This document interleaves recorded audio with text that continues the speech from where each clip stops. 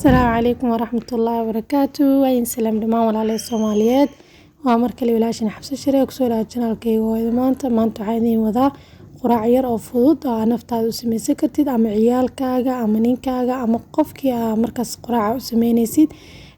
maxaa lahayn malo wax si loo sameeyo qof walba wuu yaqaanaa iyo ukun laakiin qaab fudud oo aad iskugu samaysan kartid labadooda la wadaagi rabaa. Halkaas waxaa ku haystaa ukun 2 xabbo karooto iyo barbarooni iyo basal.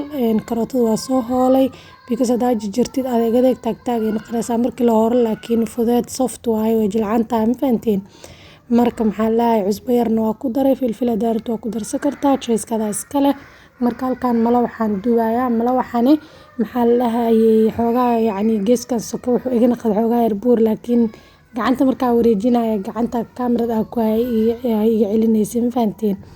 marka anyway waa intaas waa kasii weynaysan kartaa ama pan ku dubi kartaa. panka markaa ku shubtid waa ku wareejinay leeyahay adoo ku dubin geedka canjeerada adoo ku dubin aad dubi kartaa markaad ukuntii iyo soo qasay ku shubay maxaa lahayn xoogaa yar markuu wax yar intuu qalalaa sugaya qaleel zaidna oo naqanin kasiir saliida korka ugu shubay dhinaca kale u gidinayaa soo u gaduuto. marka maxaa lahayn waa kaas fudeed kaas u samaysan kartaa malo waxa jeceshaa ukun.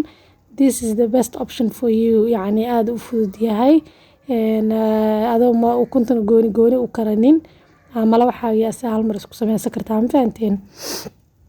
marka maxaa lahayn hadda kii labaad sameynaya ukunta hadana qayb kale taa ku shubeysaa maxaa lahayn isla sidii ayagana la yeelaya ma fahanteen. marka quraac iska fudud waaye casho waa ka dhigi kartaa ciyaalkaaga u samaysan kartaa adaa is samaysan kartid maxaa lahayn qof iskaabule samaysan karo arday jaamacad joogaan wax kariska loo ogol yahay samaysan karaan soo qofkii markaas xiiseynaya inuu naftiisa wax u karsado ma arkino samaysan karo wax fudud waaye oo caawimaadkaaga baahneen qof kale inuu kuu sameeyo u baahneen.